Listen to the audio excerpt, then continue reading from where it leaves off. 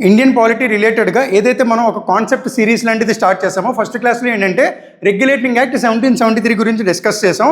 అలాగే మనం second క్లాస్లోని amending act 1781 అనేది డిస్కస్ చేసాం అనమాట.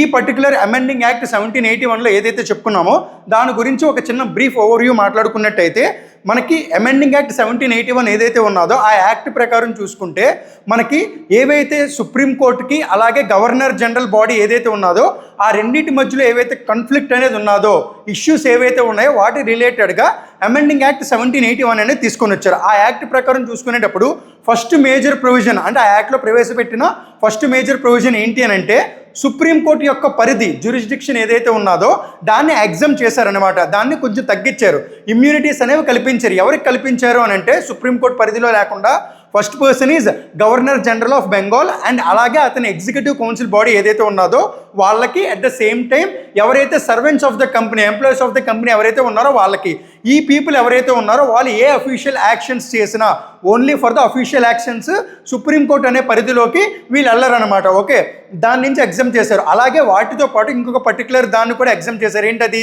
రెవెన్యూ మ్యాటర్స్ ఏవైతే ఉన్నాయో వాటిని కూడా ఎగ్జామ్ చేశారు. ఓకే, ఇది మనకి సుప్రీంకోర్టు జ్యూరిస్డిక్షన్ పరంగా మాట్లాడుకునేటప్పుడు. అలాగే నెక్స్ట్ ఇంకొక మెయిన్ పాయింట్ ఏంటి అని అంటే మనకి ఎపీల్స్ ఉంటాయి కదా, ఏవైతే మనకి బాంబే ప్రెసిడెన్సీ అలాగే మద్రాస్ ప్రెసిడెన్సీ ఉన్నదో అక్కడున్న ప్రొవిన్షియల్ కోర్ట్స్ ఏవైతే ఉన్నాయో వాటి ఎపీల్స్ అంటే వాళ్ళు ఫర్దర్గా హయ్యర్ కోర్టులో ఎపీల్ చేయాలనే పాయింట్ ఏదైతే ఉన్నదో ఆ ఎపీల్స్ అనేవి నెక్స్ట్ వెళ్లాల్సిన పొజిషన్ అంటే హయ్యెస్ట్ పొజిషన్ బాడీ కింద గవర్నర్ జనరల్ బాడీని పెట్టారు. అంతేకాకుండా సుప్రీంకోర్టు అనే బాడీకి అధికారం ఇవ్వలేదన్నమాట. ఇది సెకండ్ మోస్ట్ ఇంపార్టెంట్ పాయింట్. అలాగే నెక్స్ట్ పాయింట్ ఏంటి అని అంటే కొన్ని రెగ్యులేషన్స్ చేయొచ్చు. ఎవరు చేయొచ్చు రెగ్యులేషన్స్ అనేవి?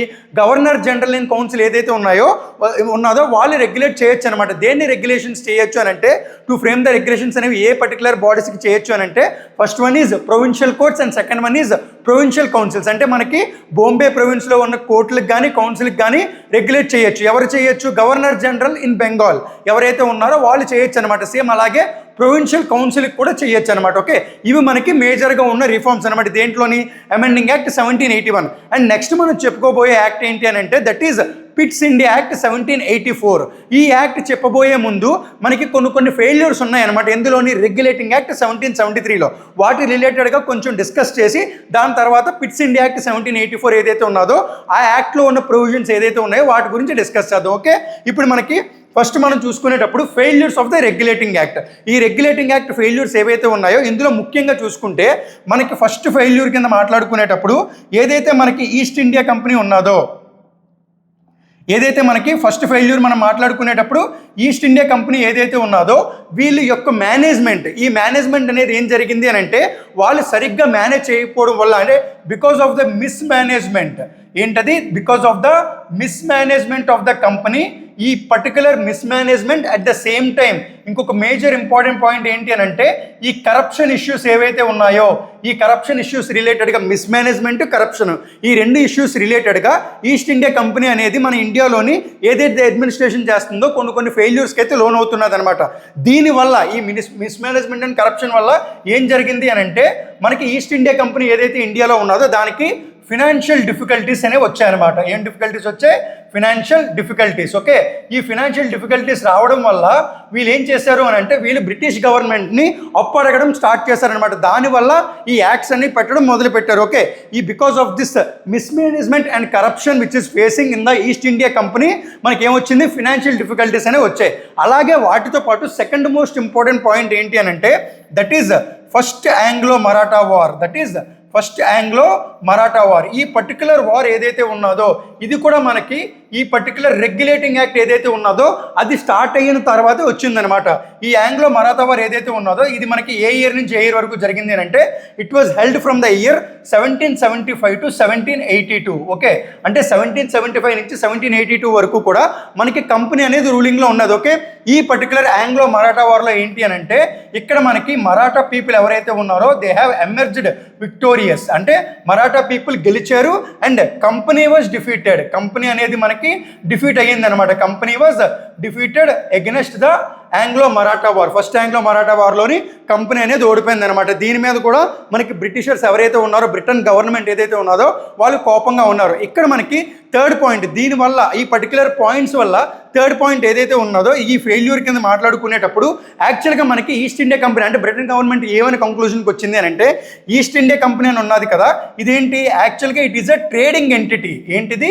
It is a trading entity, అంటే ఇది ఒక బిజినెస్ పరంగా చూసుకునే కంపెనీ అనమాట. ఒక ట్రేడింగ్ ఎంటిటీకి ఏం జరిగింది, it has got ruling power. అంటే ఈ ట్రేడింగ్ ఎంటిటీలో ఉన్నదాన్ని ఏం చేశారు, ఒక రూలింగ్ పవర్ అంటే ఒక అడ్మినిస్ట్రేటివ్ బాడీ కింద ఇండియాలో వీళ్ళు రన్ చేస్తున్నారు. బట్ బ్రిటన్ గవర్నమెంట్ ఏమని ఆలోచించింది అంటే, వీళ్ళు ఒక ట్రేడింగ్ ఎంటిటీగా ఉండడం వల్ల రూలింగ్ అనేది అంత ఎఫెక్టివ్గా అడ్మినిస్ట్రేషన్ అనేది చేయలేకపోతున్నారు అనే పాయింట్ని కూడా తీసుకొని వచ్చిందనమాట. Okay, this trading entity which is converted into ruling power was a failure అనేది బ్రిటన్ గవర్నమెంట్ ఏదైతే ఉన్నదో వాళ్ళ దృష్టిలోనే వచ్చిందనమాట. ఈ ఫెయిల్యూర్స్ ఏవైతే ఉన్నాయో వీటి ఆధారంగా ఆ టైంలోని ఎప్పుడైతే మనకి ఈ ఆంగ్లో మరాఠా వారు ఓడిపోవడం ఇలాంటివన్నీ జరిగాయో అక్కడ మనకి బ్రిటన్లోని ఒక ప్రైమ్ మినిస్టర్ ఉన్నారనమాట. ఆయన ఏంటి అని అంటే, he is the most youngest prime minister. ఆయనకి 24 years ఉన్న టైంలోని ఆయన ఏంటి అని అంటే బ్రిటన్కి ప్రైమ్ మినిస్టర్ కింద అపాయింట్ అయ్యారు. అతని పేరు ఏంటి అని అంటే, his name is William Pitt. Okay, ఈ పర్టికులర్ పర్సన్ ఎవరైతే ఉన్నారో ఈ పర్టికులర్ పర్సన్ పేరు మీద మనకి నెక్స్ట్ యాక్ట్ మనం మాట్లాడుకునేది పిట్స్ ఇండియా యాక్ట్ 1784 అని అంటున్నాం కదా. ఈయన తీసుకున్న కొన్ని డెసిషన్స్ ఏవైతే ఉన్నాయో ఆ రిఫార్మ్స్ అన్నీ కూడా మనకి నెక్స్ట్ యాక్ట్లోని ప్రొవిజన్స్ కింద తీసుకోవచ్చు అనమాట. ఓకే, ఈ పిట్స్ ఇండియా యాక్ట్ రావడానికి ముఖ్యమైన కారణం ఎవరు అని అంటే, ఈ failures at the same time youngest Britain prime minister at that point of time. ఈ ప్రైమ్ మినిస్టర్ ఎవరైతే ఉన్నారో ఈయన అట్ ద సేమ్ టైం మనం ఇంకొక పాయింట్ కూడా మాట్లాడుకునేటట్టయితే, ఈయన గురించి కూడా కాకుండా నెక్స్ట్ పాయింట్, ఈ పర్టికులర్ సిచ్యువేషన్స్లోని ఎవరు మనకి గవర్నర్ జనరల్ కింద ఉన్నారు at that point of time? The governor general of Bengal ఎవరున్నారు మనకి? None other than Warren Hastings. మనం ఎవరి గురించి అయితే who is the first governor general of Bengal అని మాట్లాడుకున్నామో ఇతని గురించే. ఓకే, ఈ పర్టికులర్ పర్సన్ ఎవరైతే ఉన్నారో ఈయన మీద కూడా కొన్ని ఆరోపణలు, అలిగేషన్స్ అనేవి వచ్చాయన్నమాట. At the same time he is also considered to be the most corrupt person in that particular ఎరా. ఆ ఎరాలోని ఏదైతే గవర్నర్ జనరల్ బాడీ ఉన్నదో ఈయన కూడా most corrupt person. At the same time ఆయన పవర్లోని 1785 వరకు ఉన్నారు. ఆయన దిగిపోయిన తర్వాత ఈయన మీద కరప్షన్ అలిగేషన్స్ అనేవి వేశారనమాట. ఓకే, ఇప్పుడు మనం నెక్స్ట్ ఈ పర్టికులర్ పాయింట్స్ అన్ని బేస్ చేసుకొని ఈ ఫెయిల్యూర్స్ అన్నిటి ఆధారంగా విలియం పిట్ ఎవరైతే ఉన్నారో నెక్స్ట్ యాక్ట్ అని మనకి పిట్స్ ఇండియా యాక్ట్ గురించి మాట్లాడుకుంటాం కదా, కొన్ని ప్రొవిజన్స్ ఉంటాయి కదా, వెరీ ఇంపార్టెంట్ ప్రొవిజన్స్ అనేవి తీసుకొని వస్తారనమాట. అవి మాట్లాడుకుందాం. అవి ఏంటి అని అంటే మనకి ఎగ్జామ్ పాయింట్ ఆఫ్ వ్యూలో కూడా ఖచ్చితంగా అడిగే పాయింట్స్ లాగా ఉంటాయన్నమాట అవన్నీ కూడా. ఓకే, ఇప్పుడు మనం చూసుకునేటట్టయితే ఫస్ట్ ప్రొవిజన్ అనేది చాలా ఇంపార్టెంట్ అనమాట. ఏంటి? Here the first provision which was present in the Pitt's India act 1784 ఏంటి అని అంటే, that is establishment of the board of control. ఏదైతే మనకి మీరు కంపెనీ గురించి మాట్లాడుకునేటప్పుడు మనం కంపెనీ రిలేటెడ్గా మనకి బ్రిటన్లో ఏ పర్టికులర్ బాడీ ఉన్నది కంపెనీ రిలేటెడ్గా మనకి బ్రిటన్లోని ఒక పర్టికులర్ బాడీని నియమించారు. ఏంటది? That is none other then court of directors. ఈ కోర్ట్ ఆఫ్ డైరెక్టర్స్ ఎవరైతే ఉన్నారో వీళ్ళు కంపెనీని రిప్రజెంట్ చేస్తూ బ్రిటన్ గవర్నమెంట్లో ఉంటారనమాట. Okay, at the same time వీళ్ళకి మీదన అంటే ఈ పర్టికులర్ బాడీ ఏదైతే ఉందో వీటి మీదన కూడా ఇంకొక బాడీ ఉండాలి. ఎందుకనంటే ఈస్ట్ ఇండియా కంపెనీ అనేది ఫెయిల్యూర్ అవుతున్నది. సో దానివల్ల ఇంకొక బాడీ అనేదాన్ని ఏర్పాటు చేయాలి అని చెప్పి establishment of the board of control BOC అనేదాన్ని ఎస్టాబ్లిష్ చేశారనమాట. ఓకే, ఎస్టాబ్లిష్ చేయడంతో పాటు ఈ బోర్డులోని వీళ్ళందరూ కూడా ఎక్కడ ఉంటారు అని అంటే, these are the people who are present in the Britain government. Okay, ఈ బ్రిటన్ గవర్నమెంట్ ఏదైతే ఉన్నదో అక్కడే ఉంటారు. ఓకేనా?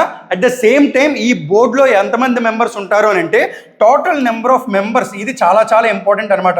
మనకి ఎగ్జామ్లో ఈ పాయింట్ అడిగే అవకాశం కూడా ఉంటుంది. ఇందులో టోటల్గా ఉండే మెంబర్స్ ఎంతమంది అని అంటే 6 మెంబర్స్ ఉంటారు. మీరు బాగా గమనిస్తే మనకి ఎగ్జిక్యూటివ్ కౌన్సిల్ ఏదైతే ఉన్నదో గవర్నర్ జనరల్గా అక్కడ 4 మెంబర్స్ ఉంటారు.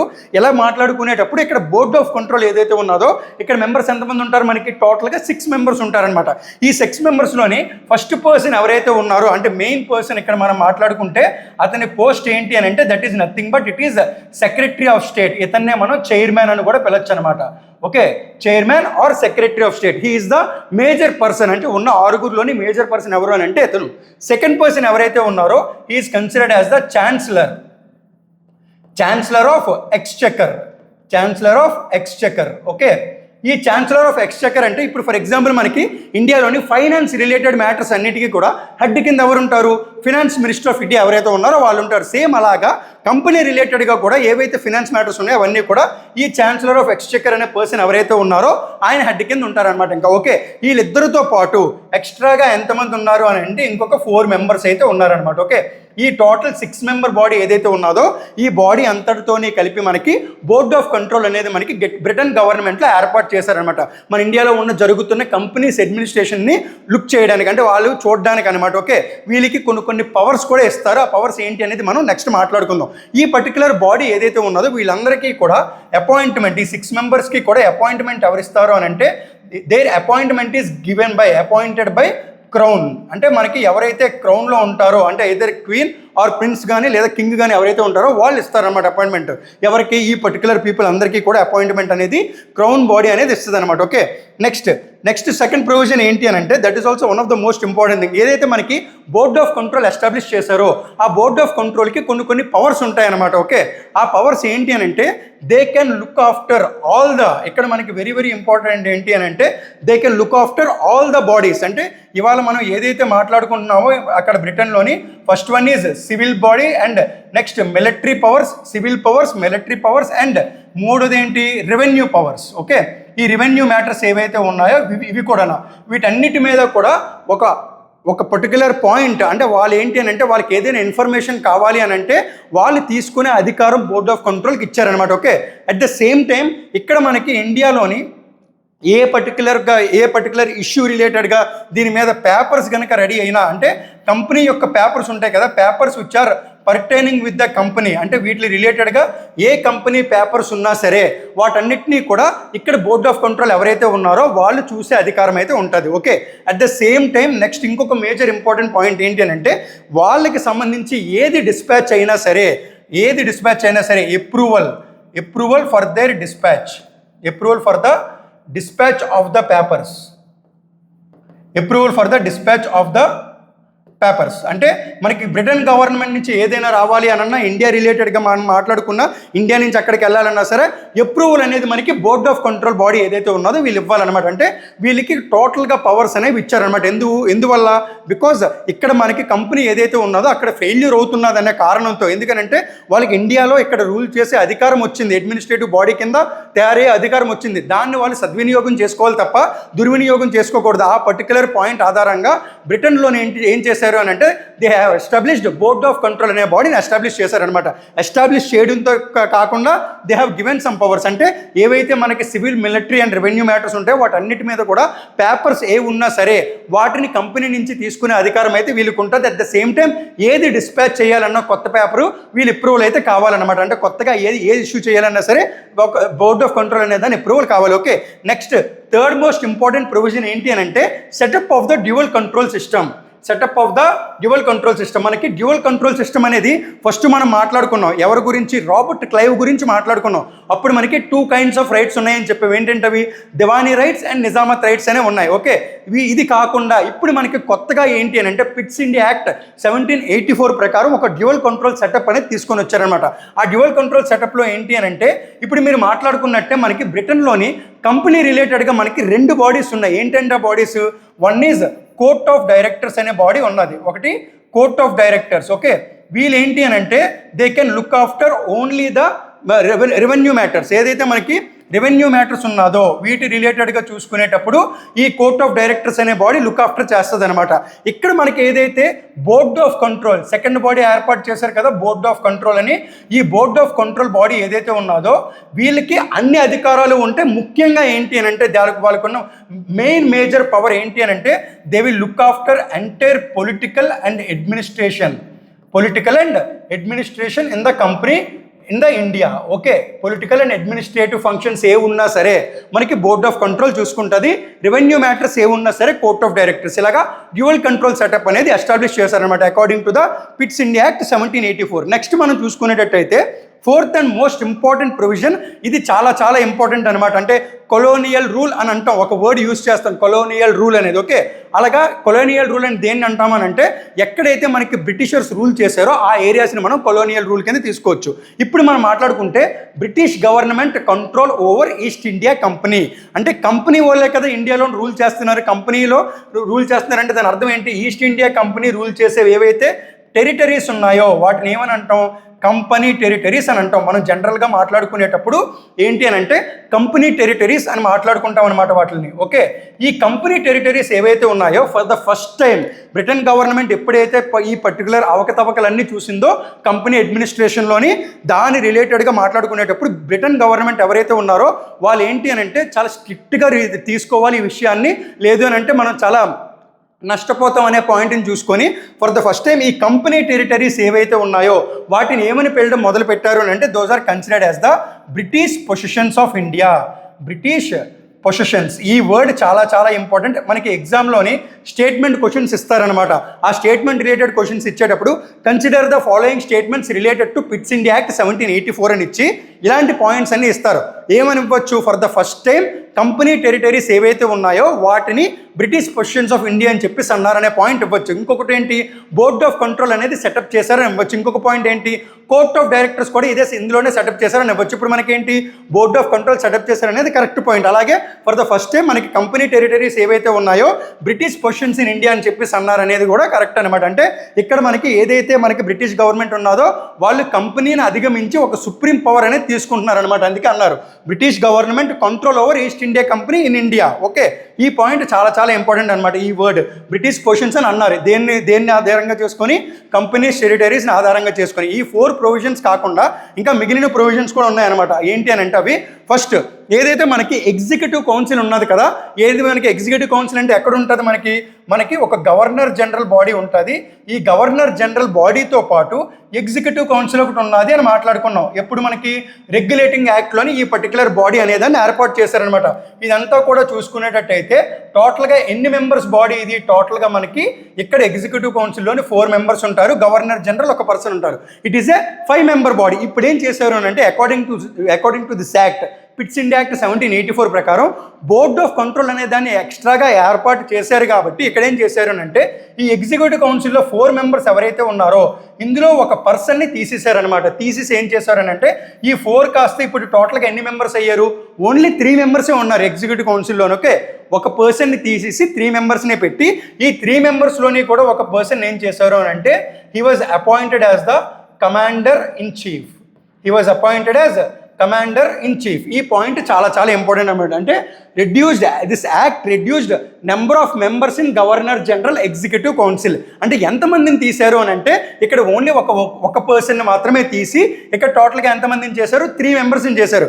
ఇప్పుడు మనకి టోటల్గా గవర్నర్ జనరల్ ఎగ్జిక్యూటివ్ కౌన్సిల్ ఏదైతే ఉన్నదో, గవర్నర్ జనరల్ ఎగ్జిక్యూటివ్ కౌన్సిల్ ఏదైతే ఉన్నదో ఇందులో టోటల్గా ఎంతమంది ఉన్నారో అని అడిగారు అనుకోండి. According to Pitt's India act 1784 4 members ఉన్నారు. ఇందులో ఒక మోస్ట్ ఇంపార్టెంట్ పర్సన్ ఎవరు? Governor general of Bengal. ఇంకొక సెకండ్ ఇంపార్టెంట్ పర్సన్ ఎవరు? Commander in chief. With in the 3 members commander in chief అని ఉన్నారనమాట. మీరు కన్ఫ్యూజ్ అవ్వకూడదు. మనకి బోర్డ్ ఆఫ్ కంట్రోల్లో మాట్లాడుకునేటప్పుడు 2 పోస్టుల గురించి మాట్లాడుకున్నాం. ఒకటి సెక్రటరీ ఆఫ్ స్టేట్, రెండోది ఛాన్సలర్ ఆఫ్ ద ఎక్స్చెకర్. ఈ 2 పోస్టులు చెప్పుకున్నాం. అలాగే మనకి ఇక్కడ ఎగ్జిక్యూటివ్ కౌన్సిల్లో 2 పోస్టులు ఉన్నాయి. ఏంటవి? ఒకటి గవర్నర్ జనరల్ ఆఫ్ బెంగాల్, ఇంకొక పోస్ట్ ఏంటి? Commander in chief. ఓకే, ఇది చాలా చాలా ఇంపార్టెంట్ పాయింట్ అనమాట. అంటే 4 మెంబర్స్ కాస్త 3 మెంబర్స్ అయ్యారు. అలాగే last and most important point ఏంటి అని అంటే that is property disclosure of servants of the company. ఇక్కడ మనకి ఇష్యూ ఏమొస్తుంది? మనకి రెగ్యులేటింగ్ యాక్ట్లో మాట్లాడుకున్న రెగ్యులేటింగ్ యాక్ట్ పెట్టడానికి మెయిన్ రీజన్ ఏంటి? కంపెనీలోని కరప్షన్ అనేది ఎక్కువ జరుగుతున్నది. ఓకే, ఈ కరప్షన్ జరగడం వల్ల మిస్మేనేజ్మెంట్ అనేది జరుగుతుంది, ఫైనాన్షియల్ క్రైసిస్ అనేవి వస్తున్నాయి. సో ఏం చేసింది అని అంటే బ్రిటిష్ గవర్నమెంట్ ఈ యాక్ట్ ప్రకారం మాట్లాడుకునేటప్పుడు property disclosure of the servants of the company. అంటే ఇక్కడ మనకి ఈ సర్వెంట్స్లోని ఎవరైతే మనకి సివిల్ అండ్ మిలిటరీ ఎంప్లాయీస్ ఉన్నారో, సివిల్ అండ్ మిలిటరీ ఎంప్లాయీస్ ఎవరైతే ఉన్నారో ఈ పర్టికులర్ ఎంప్లాయీస్ అందరూ కూడా కంపల్సరీగా వీళ్ళకి ఇండియాలో కానీ లేదా బ్రిటన్లో కానీ ఏవైతే వీళ్ళకి ప్రాపర్టీస్ ఉన్నాయో వీటి గురించి వాళ్ళు డిస్క్లోజ్ చెయ్యాలి.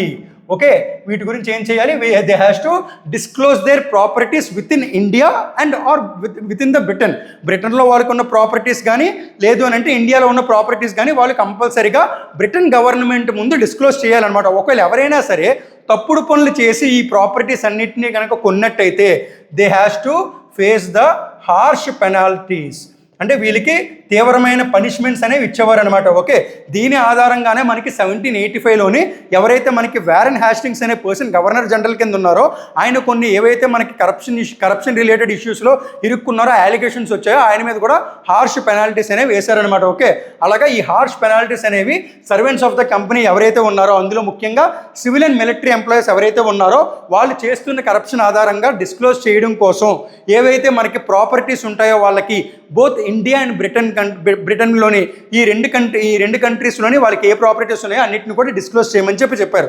ఒకవేళ ఎవరైనా సరే తప్పుడు మార్గంలో కనుక లేదా ఎక్కువ కనుక సంపాదించేటట్టయితే వాళ్ళందరికీ కూడా హార్ష్ పెనాల్టీస్ అనేవి విధించే విధంగా ఈ యాక్ట్ అనేది తీసుకున్నారనమాట. అది పిట్స్ ఇండియా యాక్ట్ 1784 గురించి మాట్లాడుకునేటప్పుడు these are the 6 most important provisions. Okay, మనకి ఫస్ట్ మాట్లాడుకునేటప్పుడు ఫస్ట్ పాయింట్ ఏమని చెప్పుకున్నాం, పిట్స్ ఇండియా యాక్ట్ 1784 ప్రకారం బోర్డ్ ఆఫ్ కంట్రోల్ అనేది ఎస్టాబ్లిష్ చేశారు, అందులో 6 మెంబర్స్ ఉంటారని మాట్లాడుకున్నాం. ఆ 6 మెంబర్స్లోని ఫస్ట్ పర్సన్ ఎవరైతే ఫస్ట్ పర్సన్ ఉన్నారో ఆయన సెక్రటరీ ఆఫ్ స్టేట్ కింద నియమిస్తారు. Second person is chancellor of the exchequer, అంటే ఇంక్లూడింగ్ ఇవాళ మనం ఫైనాన్స్ మినిస్టర్ ఎవరి గురించి అయితే చెప్పుకున్నామో సేమ్ అలాగే అక్కడ కూడా ఉంటారు. రిమైనింగ్ 4 మెంబర్స్ ఉంటారు. ఈ 6 మెంబర్స్కి కూడా అపాయింట్మెంట్ ఎవరు ఇస్తారు, మనకి క్రౌన్ ఇస్తుంది. అలాగే వీటితో పాటు సెకండ్ ప్రొవిజన్లో మాట్లాడుకునేది మనకి ఈ బోర్డ్ ఆఫ్ కంట్రోల్కి మనకి కొన్ని పవర్స్ ఉంటాయి. ఆ పవర్స్ ఏంటి అంటే చాలా మేజర్ పవర్స్ అనమాట. అన్ని ఇష్యూస్ మీద కూడా వాళ్ళు తీసుకోవచ్చు అధికారం. ఏంటది, రెవెన్యూ కానీ సివిల్ కానీ మిలిటరీ పవర్స్ మీద కానీ తీసుకోవచ్చు. అలాగే కంపెనీ ఎవరున్నా సరే పేపర్స్ అన్నీ కూడా బోర్డ్ ఆఫ్ కంట్రోల్కి సబ్మిట్ చేయాలి. అలాగే ఏ పర్టికులర్ ఇష్యూ వచ్చినా సరే ఏదైనా డిస్పాచ్ చేయాలి అన్నా సరే బోర్డ్ ఆఫ్ కంట్రోల్ పర్మిషన్ తీసుకొని డిస్పాచ్ చేయాలన్నమాట. ఓకే, అలాగా మనకి సెకండ్లోని బోర్డ్ ఆఫ్ కంట్రోల్ యొక్క పవర్స్ గురించి మాట్లాడుకున్నాం. అలాగే మనం థర్డ్ పాయింట్ గురించి మాట్లాడుకునేటప్పుడు ఏం మాట్లాడుకున్నాం, థర్డ్ పాయింట్లోని setup of the dual control system గురించి మాట్లాడుకున్నాం. ఏంటది, court of directors board of control 2 points ఉన్నాయి. ఇప్పుడు మీరు బాగా గమనిస్తే ఇక్కడ మనకి ఈ పర్టికులర్ హైరార్కీ ఎలాగుంటుంది అని అంటే ఈ కోర్ట్ ఆఫ్ డైరెక్టర్స్ కానీ బోర్డ్ ఆఫ్ కంట్రోల్ కానీ వీళ్ళిద్దరూ కూడా ఎక్కడుంటారు, they both present in the Britain government. Okay, వీళ్ళిద్దరూ కూడా ఎవరికి మనకి ఆన్సరబుల్గా ఉంటారు అని అంటే వీళ్ళిద్దరూ కూడా బ్రిటన్ గవర్నమెంట్ అండర్లోనే ఉంటారనమాట. ఓకే, ఈ board of control dual control setup అనేది ఎస్టాబ్లిష్ చేసి కోర్ట్ ఆఫ్ డైరెక్టర్స్కి రెవెన్యూ మ్యాటర్స్ ఇచ్చారు. బోర్డ్ ఆఫ్ కంట్రోల్ ఎవరైతే ఉన్నారో వీళ్ళకి పొలిటికల్ అండ్ అడ్మినిస్ట్రేటివ్ మ్యాటర్స్ మీద ఇచ్చారనమాట. అట్మోస్ట్ పవర్స్ ఇచ్చారు. వీళ్ళు ఎవరైతే ఉన్నారో వీళ్ళకి కంప్లీట్గా ఆన్సరబుల్గా చేశారు. నెక్స్ట్ అలాగే ఫస్ట్ టైం బ్రిటిష్ పోర్షన్స్ ఇండియాలో కంపెనీ టెరిటరీస్ ఏవైతే ఉన్నాయో వాటిని బ్రిటిష్ పోర్షన్స్ కింద చెప్పే విధంగా చేశారనమాట for the first time according to the Pitt's India act 1784. దాని ప్రకారం ఏం జరిగింది అంటే బ్రిటిష్ గవర్నమెంట్ అనేది కంపెనీ మీద సుప్రీం కంట్రోల్ అనేది తీసుకొని వచ్చిందనమాట. మనం నెక్స్ట్ పాయింట్ గురించి మాట్లాడుకునేటప్పుడు ఏంటంటే టోటల్గా మనకి ఎగ్జిక్యూటివ్ కౌన్సిల్లోని అకార్డింగ్ టు రెగ్యులేటింగ్ యాక్ట్ 1773 ప్రకారం మనకి 4 ఉంటే దాని నెంబర్ కాస్త తగ్గించి ఒక పర్సన్ని తగ్గించి టోటల్గా 3 మెంబర్స్ని చేశారు. ఆ 3 మెంబర్స్లోని ఒక పర్సన్ని కమాండర్ ఇన్ చీఫ్గా అపాయింట్ చేశారనమాట. ఓకే, నెక్స్ట్ అలాగే ప్రాపర్టీ అనేది డిస్క్లోజ్ చేయాలి. ఎవరు డిస్క్లోజ్ చేయాలి, సర్వెంట్స్ ఆఫ్ ద కంపెనీ. అందులో కూడా ముఖ్యంగా ఎవరైతే సివిల్ అండ్ మిలిటరీ ఎంప్లాయీస్ ఉన్నారో వాళ్ళందరూ కూడా డిస్క్లోజ్ చేయాలి. ఆ ప్రాపర్టీస్ ఎక్కడెక్కడ ఉండాలి, whether it may be present in the India or Britain, ఈ 2 చోట్ల ఎక్కడున్నా సరే డిస్క్లోజ్ చేయాలి. ఒకవేళ ఎవరైనా సరే తప్పుడు మార్గంలో కరప్టెడ్ మార్గంలో కనుక ఆ ప్రాపర్టీస్ కనుక కొన్నట్టయితే వాళ్ళ మీద హార్ష్ పెనాల్టీస్ అనేవి విధించేలాగా బ్రిటన్ గవర్నమెంట్ అనేది ఒక పర్టికులర్ ప్రాతిపదిక తీసుకొని వచ్చిందనమాట. ఓకే, ఈ పర్టికులర్ పాయింట్స్ అన్నీ కూడా మనకి పిట్స్ ఇండియా యాక్ట్ 1784 ప్రకారం మాట్లాడుకుంటున్నాం. అలాగే మనం నెక్స్ట్ యాక్ట్ ఏదైతే ఉన్నదో మనకి నెక్స్ట్ యాక్ట్ అనేది కూడా చాలా చాలా ఇంపార్టెంట్. దాని రిలేటెడ్గా ఏంటి అని అంటే మనం నెక్స్ట్ క్లాస్లో డిస్కస్ చేద్దాం అనమాట. ఓకే, ఎవరైతే ఎగ్జామ్ కోసం ప్రిపేర్ అవుతున్నారో ఏ ఎగ్జామ్ అయినా సరే అందరూ కూడా బాగా ప్రిపేర్ అవ్వండి. ఇలాగే నెక్స్ట్ వీడియోస్ అన్నీ కూడా సీక్వెన్స్లో వస్తూ ఉంటాయి. ఎక్కడ కూడా మిస్ అవ్వకుండా కాన్సెప్ట్ రిలేటెడ్ సిరీస్గా ఇది తీసుకుని వస్తున్నాం కాబట్టి each and every single point డీటెయిల్గా ఎక్స్ప్లెయిన్ చేసుకుంటూ మనకి ఏ ఎగ్జామ్లోని ఏ రకమైన క్వశ్చన్ వచ్చినా సరే మనం పెట్టగలిగేలాగా డిజైన్ చేస్తున్నాం నెక్స్ట్ కాన్సెప్ట్స్ అన్నీ కూడా. ఓకే, అందరూ కూడా బాగా ప్రిపేర్ అవ్వండి. All the best and thank you.